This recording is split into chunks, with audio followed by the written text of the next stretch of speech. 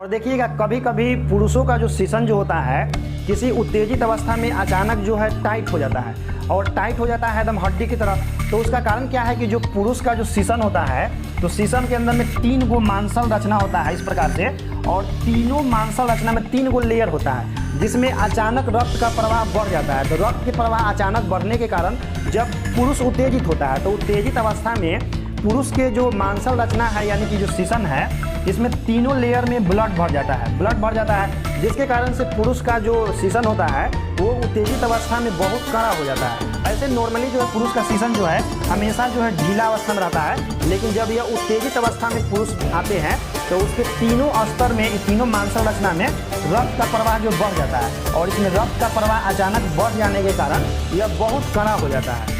नमस्कार प्यारे साथियों, आज हम लोग पढ़ेंगे मानव जनन के बारे में कि मानव जनन क्या होता है और मानव जनन के कितने भाग होते हैं। तो शुरुआत करते हैं मानव जनन से। देखिए, मानव जनन के बारे में आप लोग जानते हैं कि कोई भी वैसी प्रक्रिया जिसके द्वारा मनुष्य जो है अपने जैसे उर्वर संतानों को जन्म देती है तो उसको हम लोग जनन कहते हैं। जैसे देखिए, मानव जनन मुख्यतः 2 प्रकार के होते हैं, एक होता है नर जनन तंत्र और एक होता है मादा जनन तंत्र। तो हम लोग बारी बारी से दोनों के बारे में आगे पढ़ेंगे। देखिए, मानव जनन तंत्र में हम स्टार्ट करते हैं आपका सबसे पहले जनन से कि जनन क्या होता है, रिप्रोडक्शन। तो जनन क्या है दोस्त, कि वह प्रक्रिया जिसके द्वारा जीव अपने अस्तित्व को बनाए रखने के लिए अपने जैसे उर्वर संतानों की उत्पत्ति करता है, उसे जनन कहते हैं। देखिए, उर्वर संतान का मतलब होता है कि हर एक पिछला जनरेशन जो अगले जनरेशन को उत्पन्न करता है तो वो अगला जनरेशन उससे एडवांस होता है। जैसे कि अभी सुनते होंगे कि अभी का लड़कन जो जन्म ले रहा है तो 4G लड़कन जन्म ले रहा है, तो सुनिएगा कुछ दिन में तो लड़कन 5G जन्म ले रहा है। तो कहने का मतलब है कि जो अगला जनरेशन आएगा वो पिछला जनरेशन से एडवांस होगा, उर्वर होगा। उर्वर क्यों होगा भाई? क्योंकि जनन एक ऐसी प्रक्रिया है जिसमें कोई भी जीव अपने आवश्यक गुणों को अगला जनरेशन में ट्रांसफ़र कर देता है। जो सबसे आवश्यक गुण होता है उसको अगला जनरेशन में जनन के माध्यम से ट्रांसफ़र कर देता है। इसलिए जनन में के द्वारा जो भी जीव उत्पन्न होता है वो पिछला जनरेशन से एडवांस होता है। जैसे आप लोग को लगता होगा कि हम जो है अपने माता पिता से एडवांस है, उसी तरह से आपका अगला जनरेशन आएगा तो आपसे भी एडवांस होगा। इसलिए जनन की परिभाषा बढ़िया समझ लीजिए कि वह प्रक्रिया जिसके द्वारा जीव अपने अस्तित्व को बनाए रखने के लिए अपने जैसे उर्वर संतान यानी कि एडवांस संतानों की उत्पत्ति करता है, उस प्रक्रिया को हम लोग क्या कहते हैं, जनन कहते हैं। और मानव जनन जो है क्या होता है, तो चलिए मानव जनन के लिए हम लोग पढ़ेंगे मानव जनन तंत्र। जनन को हम लोग मानव जनन भी कह सकते हैं, कब? जब यह केवल मानव के बारे में कहा जाए तब, नहीं तो जनन हम लोग कहें तो केवल सभी जीवों के लिए हो जाएगा। तो मानव जनन तंत्र क्या होता है, ह्यूमन रिप्रोडक्टिव सिस्टम। मनुष्यों में जनन के लिए एक तंत्र विकसित होता है जिसे मानव जनन तंत्र कहते हैं। प्रत्येक मनुष्य में जनन के लिए एक तंत्र विकसित होता है, विशेष प्रकार का तंत्र, और उसी तंत्र को हम लोग मानव जनन तंत्र कहते हैं। और मानव जनन तंत्र आपका मुख्यतः 2 प्रकार के होता है। कौन कौन होता है भाई?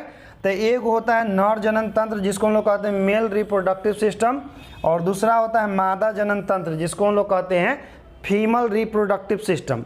अब देखिए, दोनों जनन तंत्रों के बारे में हम लोग के बारी बारी से पढ़ना है। जैसे देखिए आपको डायग्राम में जो दिखाई दे रहा है मादा जनन तंत्र है और ई वाला जो आपको दिखाई दे रहा है नर जनन तंत्र है। तो हम लोग को दोनों जनन तंत्रों के बारे में बारी बारी से पढ़ना है। पहले हम लोग किसके बारे में पढ़ेंगे? सबसे पहले आज हम लोग पढ़ेंगे नर जनन तंत्र के बारे में। तो नर जनन तंत्र क्या होता है? तो वैसा जनन तंत्र जो शुक्राणु उत्पन्न करता है उसे नर जनन तंत्र कहते हैं, और वैसा जनन तंत्र जो अंडाणु उत्पन्न करता है उसे मादा जनन तंत्र कहते हैं। दोनों का परिभाषा बहुत ही सिंपल परिभाषा है, समझ गए? तो चलिए इसके बाद हम लोग नर जनन तंत्र के बारे में आज पूरा डिटेल से पढ़ेंगे। तो नर जनन तंत्र के निम्नलिखित भाग होते हैं, उन सभी भागों के बारे में हम लोग बारी बारी से डिटेल में पढ़ेंगे आज। सबसे पहले देखिए, नर जनन तंत्र के निम्नलिखित भाग होते हैं कौन कौन? वृषण होता है, अधिवृषण होता है, शुक्रवाहिका होता है, स्खलन नली होता है, मूत्रमार्ग, पुरस्थ ग्रंथि, काउपर ग्रंथि, शुक्राशय और सीसन। इतना जो है हमारा नर जनन तंत्र का भाग है। और इन सभी के बारे में हमको क्या करना है, डिटेल से एकदम पढ़ना है। शुरुआत करते हैं हम सबसे पहले वृषण से कि वृषण क्या होता है। देखिए वृषण जो होता है पुरुषों का मुख्य जनन अंग होता है, जो दोनों जंघाओं के बीच में दो गोलाकार लटका हुआ रहता है।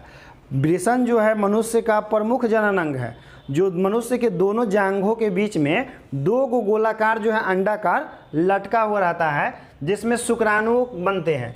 वृषण पुरुष का सबसे प्रमुख जनन अंग है, जिसमें शुक्राणु बनते हैं। प्रत्येक पुरुष में दो अंडाकार वृषण होते हैं, जो उदर गुहा के बाहर दोनों जंघाओं के बीच त्वचा तथा मांसपेशियों से बने एक थैलीनुमा में स्थित होते हैं, जिस थैली को वृषण कोष कहते हैं। यानी कि जिस थैली के अंदर दोनों अंडाकार वृषण होता है उसको हम लोग कहते हैं वृषण कोष कहते हैं। और जो वृषण कोष होता है ऊपर से संयोजी उत्तक से ढका हुआ होता है, और उस संयोजी उत्तक लमरता भी है, ठीक ना। तो प्रत्येक वृषण ऊपर से तंतुमय संयोजी उत्तक के एक आवरण से ढका होता है। प्रत्येक वृषण में कई कुंडलित नलिकाएं पाई जाती है, जिन्हें शुक्र जनन नलिकाएं कहते हैं, और इन्हीं नलिकाओं में शुक्राणुओं का विकास होता है। अब देखिए इतना बात है वृषण के बारे में कि वृषण क्या है, पुरुषों का प्रमुख जनन अंग है, जिसमें शुक्राणु बनता है। और ये जो वृषण है पुरुष के दोनों जंघाओं के बीच में दो अंडाकार जो है लटका हुआ रहता है, और उसी के अंदर में शुक्र जनन नलिकाएं होती है, जिसमें शुक्राणु बनता है। अब इस सब के बारे में हम लोग बारी बारी से जानेंगे। देखिए प्रत्येक पुरुष में यही जो दो गो आपको ये गोल गोल दिखाई दे रहा है, यही दोनों क्या है, ये दोनों गोल गोल जो है यही आपका क्या है, वृषण है, यही वृषण है। वृषण के अंदर के जो संरचना जो होता है देखिए इस प्रकार से होता है। वृषण की इस प्रकार अंदर की संरचना है कि अंदर में बहुत सारी ऐसी पतली पतली नसें होती है, जिन नसों को हम लोग क्या कहते हैं, शुक्र जनन नस कहते हैं, शुक्र जनन नलिका कहते हैं इसको, क्योंकि इसी में शुक्राणु जो है बनता है, ठीक ना। ये बहुत सारा होता है इसके अंदर में। जो पुरुष का जो अंडकोश है यानी कि आपका वृषण, उसके अंदर में बहुत सारा नसें होती है, खजा खजा बहुत सारा नस होता है, और उसी के अंदर में शुक्राणु का विकास होता है। इसी के अंदर में शुक्र जनन सब नलिकाएं हैं, और इन्हीं शुक्र जनन नलिकाओं में किसका विकास होता है, शुक्राणुओं का विकास होता है। इसके अंदर की कोशिकाएं जो है, जैसे कैसे दीवार में सीमेंट झड़ता है या पेंट लगल होता है, तब पेंट पुराना हो जाता है तब पेंट झड़ते रहता है, तो उसी तरह से इसके अंदर में जो आपका शुक्र जनन नलिकाएं होती है, इसके अंदर के शुक्र जनन नलिका के जो दीवार होता है उससे टूट टूट करके शुक्राणु बनते रहता है पुरुष में, और इसमें शुक्राणु बनते रहता है। और इसी के अंदर शुक्राणु बन के यहाँ देखिए ई जो है, ई आपको दिखाई दे रहा है, अधिवृषण है। क्या है, अधिवृषण है, तो इसमें आके शुक्राणु जमा हो जाता है। ये अधिवृषण में आके शुक्राणु दोनों तरफ जमा होता है, ठीक। तो शुक्राणुओं का विकास जो है वृषण में होता है, लेकिन उसका संचयन कहाँ होता है, संचयन होता है उसका अधिवृषण में। जैसे ई वाला आपको अधिवृषण है और यह भी अधिवृषण है, और यही अधिवृषण में आके शुक्राणु जो है जमा होता है। और जब अधिवृषण में बहुत अधिक शुक्राणु जमा हो जाता है और उस शरीर से बाहर नहीं निकलता है, तो कभी कभी अधिवृषण दर्द करने लगता है। तो डॉक्टर के पास जाइएगा तो डॉक्टर जो है मास्टरबेशन का सलाह देता है कि मास्टरबेशन कर लीजिए, ये आपका दर्द ठीक हो जाएगा। वैसे पुरुष में होता है, नहीं तो जनरली मनुष्यों में स्वपन दोष के माध्यम से अधिवृषण में आवश्यकता ज़्यादा शुक्राणु हो जाता है या स्पर्म में, तो वो स्वपन दोष के माध्यम से शरीर से बाहर निकाल देता है। शरीर का वो विशेष फंक्शन है, तो शरीर उसको ऑटोमेटिक बाहर निकाल देता है, ठीक है, क्योंकि शुक्राणु जो है लगातार बनते रहता है। अब देखिए आप तो जान गए पूरी तरह से वृषण के बारे में।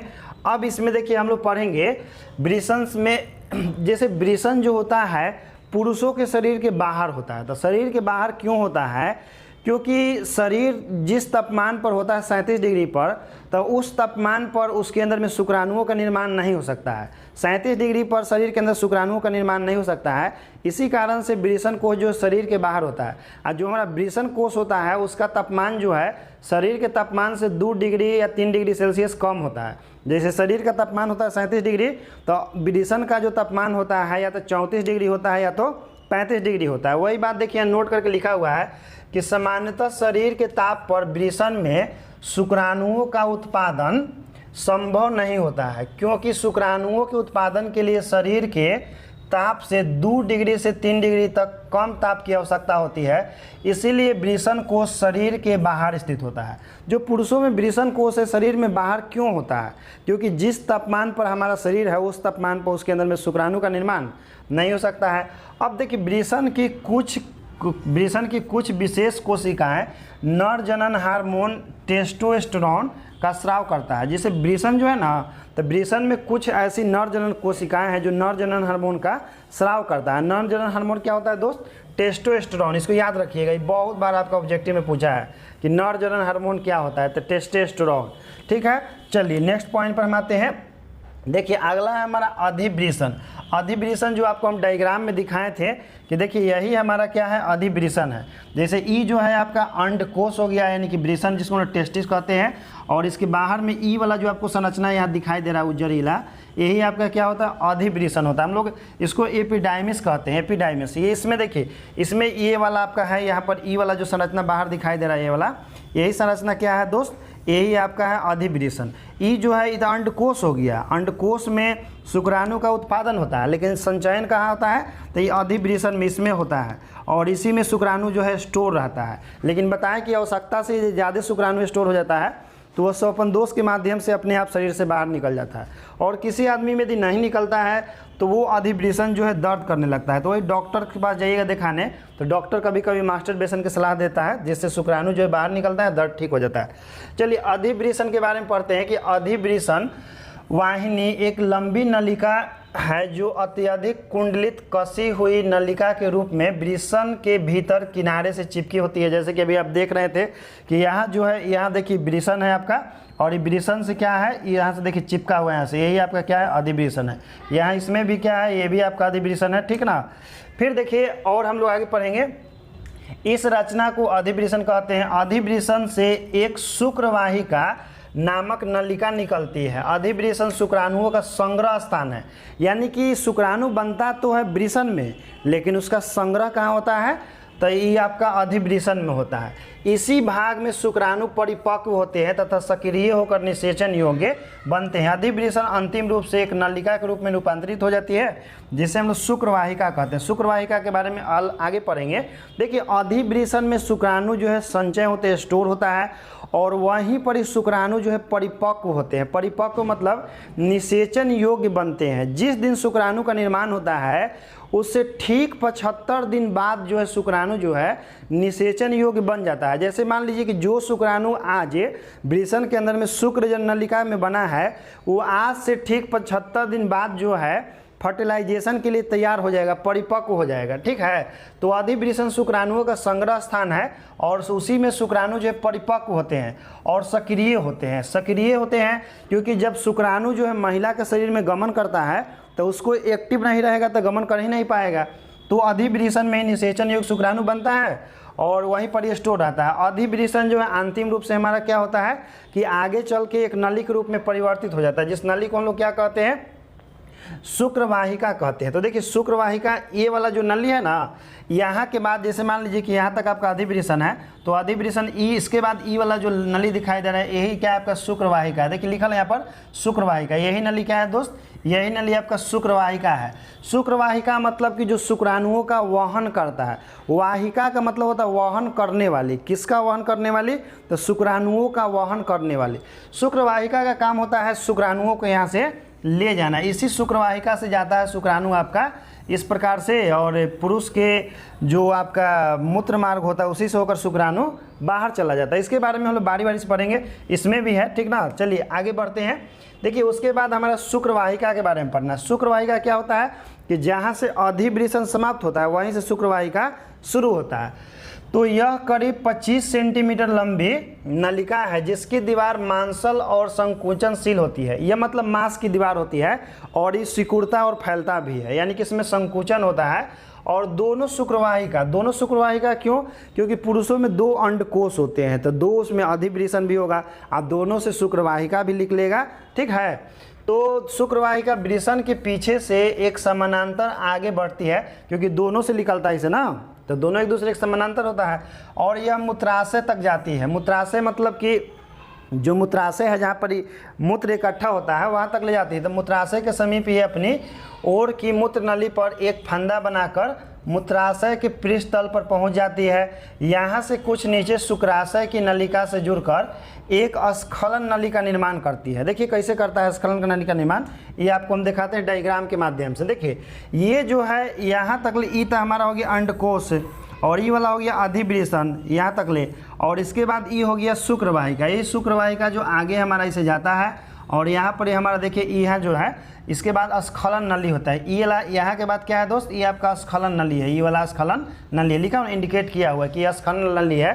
तो स्खलन नली सब के बारे में हम लोग पढ़ेंगे, बारी बारी सब के बारे में पढ़ेंगे, जो भी लिखे हैं शुक्राशय, कॉपर ग्रंथि, शुक्रवाहिका तक ले तो हम लोग पहुँच गए। ठीक है, तो चलिए आगे बढ़ते हैं। इसमें शुक्रवाहिका के बाद हम लोग स्खलन नली के बारे में पढ़ेंगे। देखिए यही आपका स्खलन नली है, ये वाला जो संरचना दिखाई दे रहा है ये वाला नली, यही नली क्या है आपका स्खलन नली है ये वाला। ठीक ना, यहाँ तक ले मान के चलिए कि शुक्रवाहिका है हमारा, जो यहाँ से देखिए अधिवृषण से होकर के यहाँ से आया है। ठीक, तो यहाँ तक ले मान के चलिए कि शुक्रवाहिका है, और ये वाला जो स्खलन नली है। स्खलन नली क्या होता है इसके बारे में जानते हैं। ये छोटी छोटी दो नलिकाएं हैं, शुक्रवाहिका तथा शुक्राशय की नलिका पुरस्थ ग्रंथि में प्रवेश करती है। अब पुरस्थ ग्रंथि में दोनों नलिकाएं मूत्राशय से आने वाली नली के साथ जुड़कर मूत्र मार्ग का निर्माण करती है।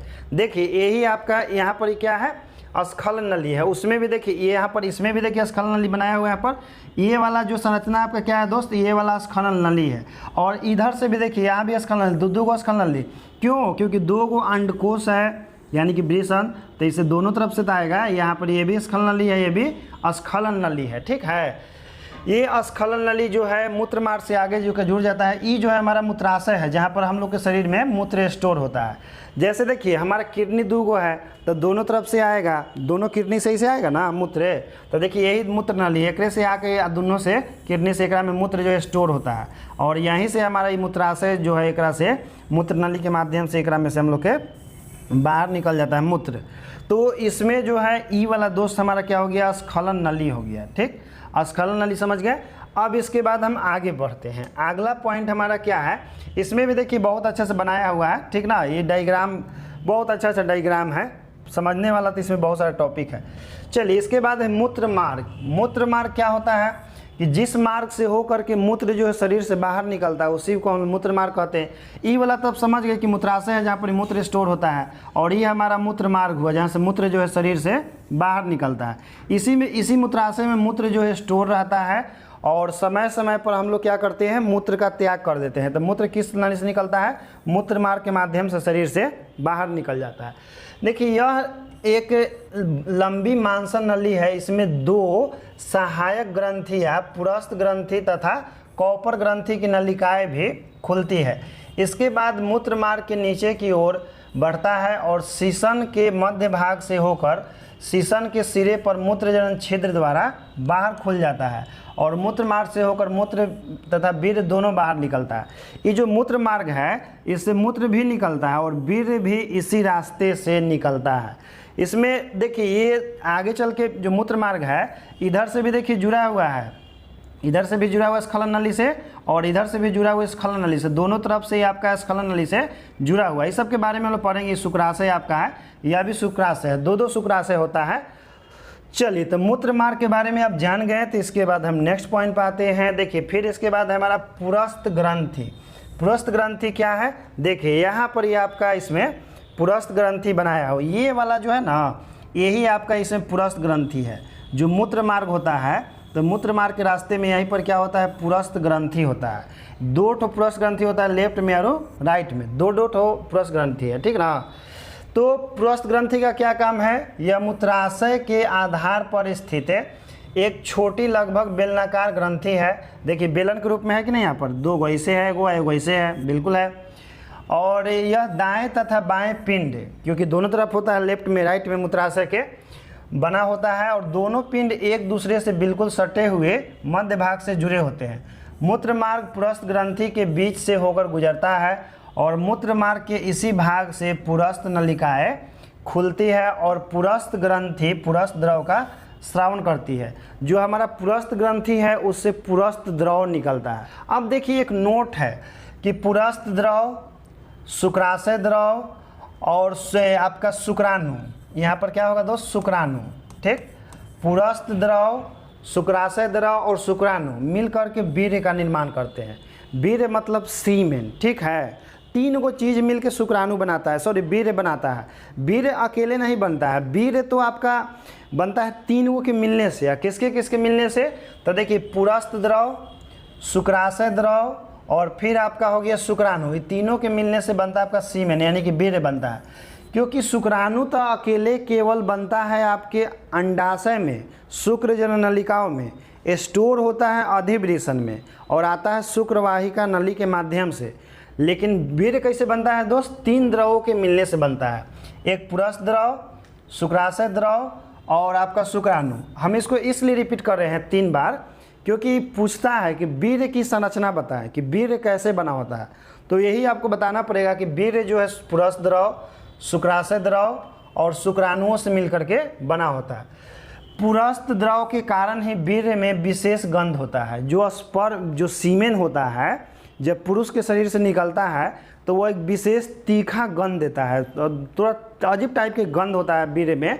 तो वो गंध किसके कारण आता है, तो पुरस्थ द्रव के कारण ही होता है। पुरस्थ द्रव मिलने के कारण वो जो है विशेष गंध देता है। बताया नहीं कि पुरस्थ द्रव जो क्षारीय प्रकृति का होता है, एक तो हम लोग के मूत्र त्यागने के दौरान मूत्र नली में जलन को कम करता है और दूसरा इसका काम है कि शुक्राणुओं की सुरक्षा प्रदान करता है। ये क्षारीय प्रकृति को होता है और इस शुक्राणुओं को कैसे प्रदान करता है बताते हैं आगे। पुरस्थ द्रव वीर्य के कारण शुक्राणुओं को उत्तेजित करता है।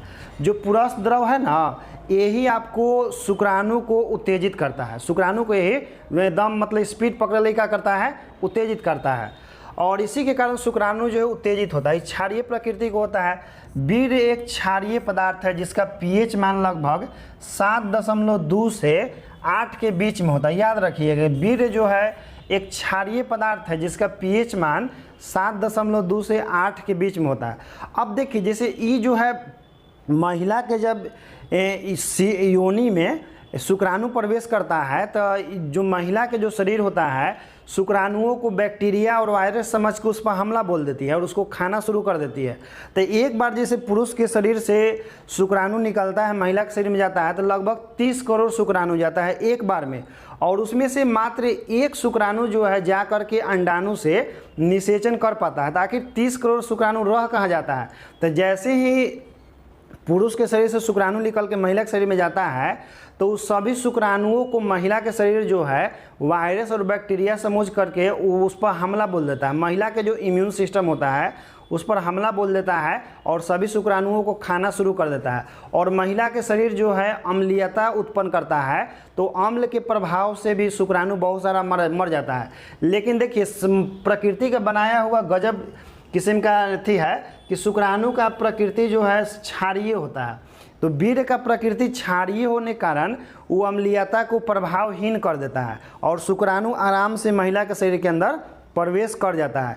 नहीं तो यदि वीर्य की प्रवृत्ति जो है क्षारीय नहीं होता है तो महिला का जो थी होता है योनि होता है वो अम्लीयता उत्पन्न करता है शुक्राणुओं को मारने के लिए। मतलब हर एक कंडीशन उत्पन्न करता है महिला के शरीर शुक्राणुओं को मारने के लिए, क्योंकि महिला के शरीर को इस संदेश मिल जाता है कि बैक्टीरिया वायरस जो है प्रवेश किया है तो उसको मारने के लिए हर एक कंडीशन उत्पन्न करता है। महिला के इम्यून सिस्टम बहुत सारे शुक्राणुओं को खा जाता है, साथ ही महिला के शरीर जो है अम्लीयता उत्पन्न करता है तो जिससे बहुत सारा शुक्राणु नष्ट हो जाता है। तो करोड़ों में एक शुक्राणु जो है पहुंच पाता है अंडाणु के पास जिससे निषेचन हो पाता है। तो बहुत जैसे मुश्किल कंडीशन में शुक्राणु हो पाता है। इसीलिए देखिएगा सभी के मम्मी पापा कहते होंगे कि मेरा बेटा करोड़ों में एक है। करोड़ों में एक का 30 करोड़ में एक भी कहा जाए तो बिल्कुल सही होगा, क्योंकि जब पुरुष का संबंध महिला से बनता है तो 30 करोड़ लगभग शुक्राणु निकलता है, वो महिला के शरीर में जाता है। उसमें से मात्र एक शुक्राणु जो है महिला के अंडाणु से जाकर निषेचन कर पाता है। तो यह भी कह दें हम कि मेरा बेटा 30 करोड़ में एगो है तो यह भी कथन गलत नहीं होगा। तो कभी भी आप ये मत समझिएगा कि आप थी हैं, आप 30 करोड़ में एगो हैं, हम भी एगो हैं 30 करोड़ में, आप भी 30 करोड़ में एगो हैं, हर आदमी 30 करोड़ में एगो है। तो 30 करोड़ में एगो शुक्राणु जो है अंडाणु से मिलता है, उसी से आपका निषेचन हो पाता है। ठीक है। इतना भारी कंडीशन होता है, फिर भी देखिए निषेचन हो ही जाता है उसमें। अब देखिए उसके बाद है कॉपर ग्रंथि। कॉपर ग्रंथि देखिए कहाँ होता है, यहाँ देखिए ई जो आपका ई है मूत्र मार्ग ई वाला है, तो मूत्र मार्ग में ई वाला तो हमारा हो गया पुरस्थ ग्रंथि, ठीक है, यह है दोनों तरफ पे, ठीक। और ई वाला जो है हमारा क्या है दोस्त, यही आपका है कॉपर ग्रंथि जो मूत्र मार्ग से जुड़ा हुआ है। ये आपका मूत्र मार्ग है और इसी में देखिए यहाँ पर ये कॉपर ग्रंथि जुड़ा हुआ है। कॉपर ग्रंथि का क्या काम होता है, देखिए पुरस्थ ग्रंथि के ठीक नीचे, जैसे ये हमारा पुरस्थ ग्रंथि है, आइकरा देखिए ठीक नीचे यहाँ पर है कि नहीं, पुरस्थ ग्रंथि के ठीक नीचे एक जोड़ी कॉपर ग्रंथि होता है, जैसे इधर भी होता है इधर भी होता है, दोनों साइड में होता है, लेफ्ट में भी और राइट में भी होता है। कॉपर ग्रंथि होती है, इन ग्रंथियों की नलिकाएं मूत्र मार्ग में खुलती है। बात सही है। देखिए जो कॉपर ग्रंथि, इसका रास्ता कहाँ खुल रहा है, मूत्र मार्ग में खुल रहा है। यह ग्रंथि एक क्षारीय द्रव स्रावित करती है जो मूत्र की दीवार को मूत्र के द्वारा उत्पन्न खुजलाहट और जलन से बचाता है। ये जो आपका कॉपर ग्रंथि है ना, ये एक क्षारीय द्रव का स्राव करता है, जो क्या करता है कि जो हम मूत्र का त्याग करते हैं तो मूत्र नली में खुजलाहट ना हो, तो खुजलाहट को कम करने के लिए क्षारीय द्रव का उत्पादन करता है, ठीक है। तो याद रखिएगा कि मूत्र के दीवार खुजलाहट ना उत्पन्न ना हो, इसके लिए हमारा जो कॉपर ग्रंथि जो एक क्षारीय द्रव का स्राव करता है, जिससे हमको जलन से बचाता है। और मैथुन के समय यह द्रव मादा की योनि की अम्लीयता को नष्ट करता है तथा शुक्राणुओं को सुरक्षित रखने में सहयोग करता है। देखिए हमारा कॉपर ग्रंथि का क्या काम है कि कॉपर ग्रंथि जो एक क्षारीय द्रव का स्राव करता है, और ये क्षारीय द्रव जो है मादा के योनि के अम्लीयता को कम करता है और शुक्राणुओं को सुरक्षा प्रदान करता है, ताकि शुक्राणु जो है सुरक्षित जो है महिला के शरीर में गमन कर सके और जाके अंडाणुओं से निषेचन कर सके, ठीक ना। तो इसको ध्यान रखिए, कॉपर ग्रंथि से एक विशेष प्रकार का द्रव का स्राव होता है जो क्षारीय प्रकृति का होता है, जो हम लोग के शरीर में दो काम कर देता है। एगो मूत्र से उत्पन्न होने वाले खुजलाहट को कम करता है और एगो महिला के योनि में अम्लीयता को कम भी करता है, ताकि शुक्राणु जो है सुरक्षित जो है महिला के शरीर में पहुंच सके, ठीक है। देखिए इसका डायग्राम है पूरा, ठीक ना, ये पुरुष जननांग का, और इसमें ये वाला देखिए ना कि आपका कॉपर ग्रंथि है, इसी से आपका द्रव स्रावित होता है इसमें, ठीक है। चलिए तो इसके बाद हम नेक्स्ट पॉइंट पर आते हैं। देखिए हमारा नेक्स्ट पॉइंट है सीसन। सीसन जो है यही जो है पुरुष का मैथुन अंग है, पुरुष का मेन मैथुन अंग है। देखिए सीसन आपका, इसमें ये वाला जो भाग जो है सीसन है, ये वाला जो भाग है यही क्या है दोस्त, यही आपका सीसन है, पुरुष का सीसन है। और इसमें देखिए ये वाला आपका यहाँ पर इंडिकेट किया हुआ है, सीसन पूरा इंडिकेट किया हुआ ना, यही आपका सीसन है। तो सीसन मतलब पेनिस इसको हम बोलते हैं, अंग्रेजी में क्या बोलते हैं, सीसन को पेनिस बोला जाता है। तो चलिए इसके बारे में पढ़ते हैं कि ये क्या होता है। तो देखिए सीसन जो है यह एक मांसल रचना है, यानी कि मांस से बना हुआ एक संरचना है जो पुरुष का मैथुन अंग है, मैथुन अंग है। और यह वृषण कोष के सामने बीचों बीच स्थित होता है। यह जो है पुरुष के दोनों जंघाओं के बीच में एक मांसल रचना है जो दोनों अंडकोशों के बीच में लटका हुआ होता है, और यह एक मांसल रचना है और यह बाहर से एक ढीली त्वचा से ढका होता है। जैसे पुरुष का जो आपका जो वृषण जो होता है, तो देखिए ये जो वृषण कह रहे हैं, ये जो सीसन होता है, तो सीसन जो ऊपर से एक मांसल रचना से इस प्रकार से बाहर से ढका हुआ होता है। अब देखिए इसमें हम लोग और आगे जानेंगे कि क्या क्या इसमें होता है। तो मांसल रचना से ढका होता है। इसका जो शिखर भाग जो होता है सीसन का, इसको हम लोग ग्लांस कहते हैं।